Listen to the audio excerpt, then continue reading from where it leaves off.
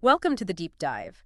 Today, we're plunging into some really fascinating research. It's all about our drinking water. That's right. We're looking at a potential link between nitrate in the water and specifically colon cancer mortality. And here's the twist. It also looks at whether the calcium in that same water changes anything about that link. Kind of surprising, maybe. It is. The study itself is called, Does Calcium in Drinking Water Modify the Association Between Nitrate in Drinking Water and Risk of Death from Colon Cancer? Right. It was published in the Journal of Water and Health back in 2011. And it used data from Taiwan, right? Between 2003 and 2007. Correct. Okay, so our mission for you today is to really get a handle on this. It's a potentially, well, unexpected interaction between two common things in our water. And how that might connect to a serious health risk. Exactly. We want you to get informed, quickly but properly. It's a bit of a nuanced topic. Definitely has some interesting layers. Okay, let's get into it. Nitrate in drinking water. First off, where does it even come from? Well, some nitrate is natural, but a lot comes from human activities. Like what? Things like wastewater, agricultural runoff, the fertilizers, and urban runoff, too. The study points out that nitrogen fertilizer use is a really big contributor globally. Especially in farming areas, I imagine. For sure. And we do have regulations about this, don't we? The EPA has a limit. Yes. There's a maximum contaminant level in MCL. It's 10 milligrams per liter, specifically measured as nitrate-nitrogen. Okay, 10 milligl. But, and this is important, that limit was set primarily to protect babies from something called methemoglobinemia. Right, the blue baby syndrome thing affects oxygen in the blood. Exactly. So the study sort of questions, well, how effective is that limit for other potential health issues like cancer? Good question. Are current rules enough if there are other risks? That's the core question it raises, yeah. So let's talk about the cancer link hypothesis. How might nitrate actually cause cancer? What's the thinking there? The idea is that nitrate itself isn't the main culprit. It's considered a procarcinogen. Meaning it can turn into something harmful. Precisely. When you ingest nitrate, some of it gets reduced to nitrite, mostly in your saliva. Okay. Then, when that nitrite hits the acidic environment of your stomach, it can react with other things, amines and amides, mostly from food, to form N-nitroso compounds, NOCs. NOCs. And those are the problem. Yes. Many NOCs are known carcinogens in animal studies. They can cause tumors in various organs, and that includes the colon. Ah, okay. So the nitrate we drink could lead to these NOCs forming inside us. That's the proposed mechanism. Some earlier research, which the study mentions, did find links between higher nitrate intake from water and higher levels of certain NOC markers in people's urine and feces. So there's some biological plausibility there. Right. Measuring nitrate intake could be a sort of proxy for exposure to these NOCs. Okay, that makes sense. But what about actual studies in people? Have they clearly linked nitrates in water to human cancer? Well, the results have been a bit inconsistent. A lot of the earlier work focused on gastric stomach cancer. Ew. Mixed findings, really. Some suggested a link, others didn't. When you look specifically at colon cancer, it's also not entirely clear-cut.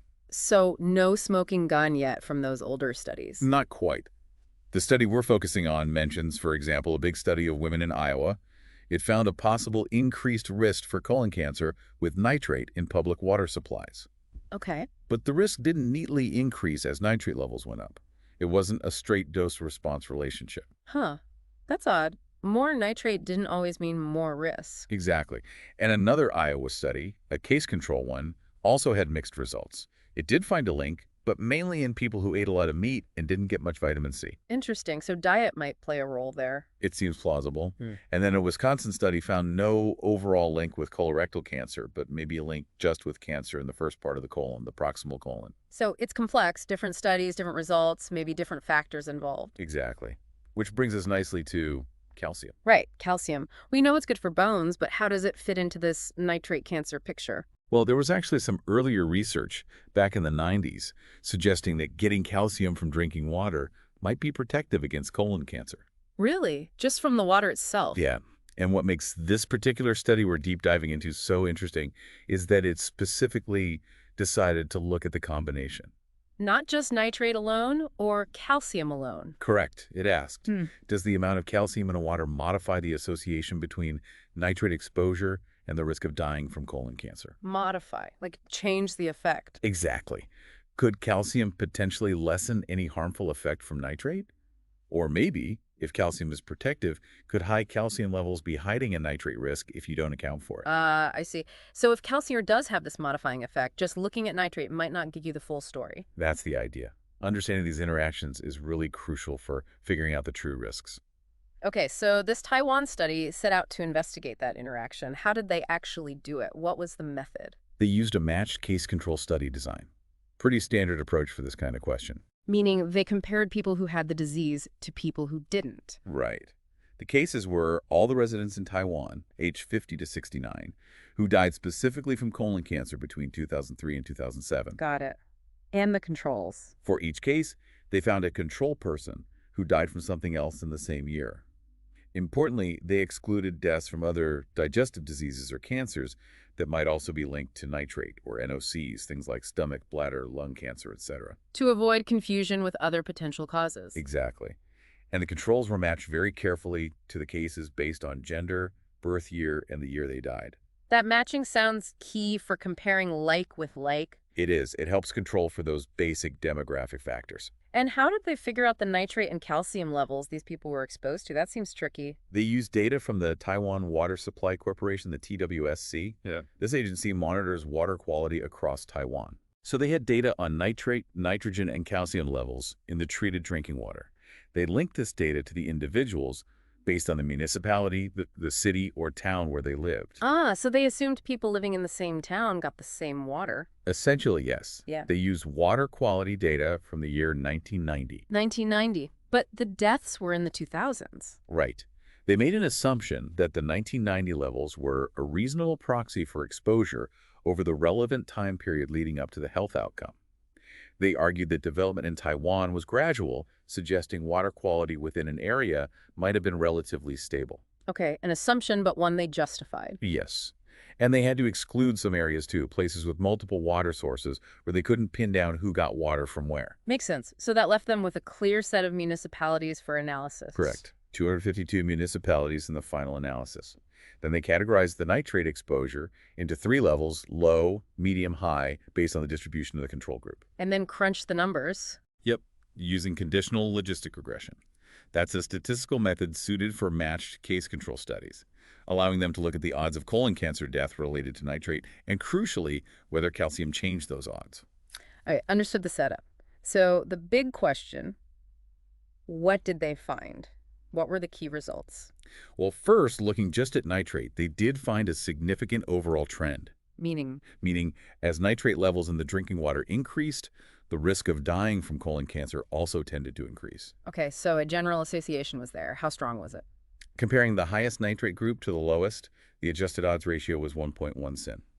So about a 16% increased likelihood. And statistically, this trend was unlikely to be due to chance. 16%, okay. But what about the calcium? Did it interact like they hypothesized? Yes, it did. And this is really the core finding. They found clear evidence of an interaction between nitrate and calcium. How did that play out? It broke down like this. People with the highest nitrate exposure, A and D, low calcium intake from their water. Low calcium being defined as? Below the median level they observed, which was 34.6 milligrams per liter. So high nitrate, low calcium. What happened to their risk? Their risk of colon cancer mortality was significantly higher, about 1.37 times higher compared to the low nitrate, low calcium group. Wow, okay, a 37% increase in likelihood. That seems substantial. It is. But here's the contrast. What about people who also had high nitrate exposure, but their drinking water calcium was above that median level? What was their risk? Their risk was still slightly elevated, an odds ratio of 1.11, so 11% higher, but it was not statistically significant. So the increased risk linked to high nitrate seemed to mainly show up, or was much stronger, when calcium levels were low. Exactly. It strongly suggests that higher calcium levels in drinking water might indeed be modifying, perhaps buffering, the potential risk associated with higher nitrate exposure. That is fascinating. So do they have ideas why calcium might do this? What's the potential mechanism? The researchers propose that calcium might work similarly to known inhibitors of nitrization, like antioxidants. You mean like vitamin C? Precisely. Vitamin C, alpha-tocopherol, those are known to help block the formation of those NOCs in the stomach. So the idea is calcium might be doing something similar, stopping the harmful compounds from forming. That's the leading hypothesis based on this finding. It suggests that if you're not getting much calcium from your water, you might be more vulnerable to NOC formation if your nitrate intake is high. Which could then translate to a higher risk of colon cancer mortality. Exactly. And this has pretty significant implications, doesn't it? Yeah, it suggests we can't just look at nitrate in isolation. Right. When assessing risk, setting standards, thinking about public health, you might need to consider the calcium content too. The overall water composition matters. It certainly makes you think differently about your tap water. Now, like any study, I assume this one had limitations. Did the researchers acknowledge them? Oh, absolutely. They were very upfront about the limitations, which is good science. What were the main ones? Well, first, it's an ecological study design. They're looking at population-level data, average exposures in a town linked to mortality rates in that town, not specific individuals. Right, not tracking individuals' diets and water intake directly. Correct. And they relied on death certificates for the cause of death. They did mention Taiwan has efforts to ensure accuracy, especially for cancer, but it's still a potential source of error. Okay, what else? That assumption about the 1990 water data reflecting historical exposure over decades is, an assumption. Yeah, we talked about that. Their justification was the gradual development. Right. They also discussed potential migration bias, people moving between areas with different water quality. They tried to mitigate this by looking at people whose residence and place of death were the same municipality, and noted Taiwan's population is relatively stable. That helps, I guess. And then there's exposure misclassification. Using town-level data for individual exposure isn't perfect. Oh. Some people in the town might drink bottled water, for instance. Sure, or maybe the water varies slightly within the town. Exactly. But they argue this kind of non-differential misclassification usually makes it harder to find a link, potentially underestimating the true association. Right, so if anything, the real effect might be even stronger. That's the typical thinking. They also lacked individual data on things like dietary nitrate, dietary calcium, physical activity, meat intake, all known factors for colon cancer. But they argued those probably weren't correlated with the water nitrate levels at the town level. Correct. No specific reason to think people who eat more meat happen to live in towns with higher water nitrate, for example. Same for colon cancer screening rates likely not linked to water quality. Okay, so limitations acknowledged, but they still feel the findings are valuable. I think so. It provides a really important piece of initial evidence for this interaction, even if more individual-level studies would be ideal to confirm it. It points toward a more complex picture. Definitely. One thing you mentioned earlier struck me that the nitrate levels in Taiwan were actually below the WHO guidelines. Yes, that's a crucial piece of context. What does that imply? If the levels are already considered safe by current standards. It implies that guidelines based primarily on preventing methemoglobinemia in infants might not be sufficient to address potential long-term cancer risks. Oh. This study found effects, particularly this interaction with calcium, at levels below that 10 milligel guideline. It really raises questions about whether any level of nitrate is entirely without risk regarding cancer, especially when other factors like low calcium are present. So our definition of safe might need rethinking, or at least need to consider these interactions. That seems to be a key implication, yes. Okay, so let's wrap this up. What's the main takeaway message for everyone listening after this deep dive? I think the absolute key takeaway is this fascinating interaction. The study strongly suggests that the calcium level in your drinking water could significantly modify the potential risk between nitrate exposure and colon cancer mortality. Specifically, that higher nitrate seemed riskier mainly when calcium was low. Exactly. That interplay is the crucial finding here. It certainly makes you think.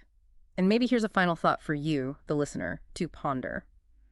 We tend to focus on contaminants, right? Things that shouldn't be in the water. But this shows how even seemingly normal, common components like nitrate and calcium can interact in complex ways that might affect our health. It really does. So it makes you wonder what other simple aspects of our environment, things we take for granted, might have these hidden, surprising interactions and influences. It's a big question about how interconnected everything is in our daily lives. And highlights the need to keep exploring these complex relationships. There's likely still a lot we don't know about our everyday exposures. Absolutely. Well, thanks for joining us for this deep dive. Lots to think about.